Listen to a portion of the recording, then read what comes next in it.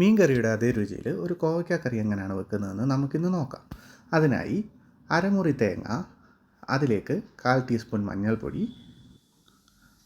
1/2 teaspoon മുളക് പൊടി, കാശ്മീരി മുളക് പൊടിയാണ് യൂസ് ചെയ്തേക്കുന്നത്, 1/2 ടീസ്പൂൺ മല്ലിപ്പൊടി, ഒരു 1/2 സ്പൂൺ ഉപ്പ്,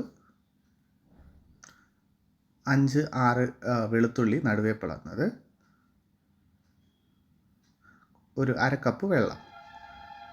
ഇത് ചേർത്ത് തേങ്ങ നല്ല മഷി പോലെ അരച്ചെടുക്കുക.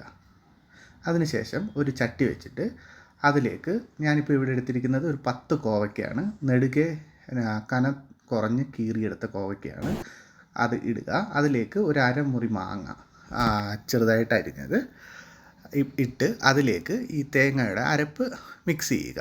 ഇത് ഒരു 1/2 കപ്പ് വെള്ളം ഈ മിക്സിയിലേക്ക് തന്നെ ആഡ് ചെയ്തിട്ട് അതും നല്ല രീതിയിൽ ആ മിക്സിയിലുള്ള ബാക്കി അരപ്പുകളും ചേർത്ത് ഇതിലേക്ക് തന്നെ ഒഴിക്കുക. ഒഴിച്ചതിന് ശേഷം നല്ല രീതിയിൽ ഇളക്കി ഉപ്പ് നോക്കി വെക്കുക.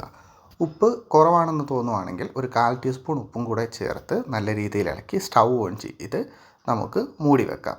നിങ്ങൾക്ക് ചാറ് കൂടുതൽ വേണമെന്നുണ്ടെങ്കിൽ 1/2 കപ്പ് വെള്ളത്തിന് പകരം 3/4 കപ്പ് വെള്ളം എടുക്കാം. ഞാനിപ്പോൾ ഇവിടെ കുറച്ച് കുറുകി വരുന്ന രീതിയിലാണ് എടുത്തിരിക്കുന്നത്.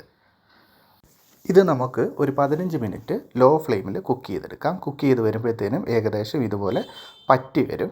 കറി നിങ്ങൾക്ക് ചാറായിട്ട് വേണമെന്നുണ്ടെങ്കിൽ അതിനനുസരിച്ച് വെള്ളം ചേർക്കാവുന്നതാണ്. ഇതിന് ശേഷം നമുക്ക് കടുക് താളിക്കാം. അതിനായി എണ്ണ ചൂടായതിനു ശേഷം അതിലേക്ക് കടുക്, ഉലുവ ഒരു 5-6 പീസ് ഉലുവ ഇട്ട് പൊട്ടി വരുമ്പോഴത്തേക്കും അതിലേക്ക് ഒരു ചെറിയ ഉള്ളി ഒരു 3 ചെറിയ ഉള്ളി അരിഞ്ഞത് അത് നല്ലതായിട്ട് മൂത്ത് വരുമ്പോഴേക്കും അതിലേക്ക് കുറച്ച് കറിവേപ്പില ആഡ് ചെയ്യുക.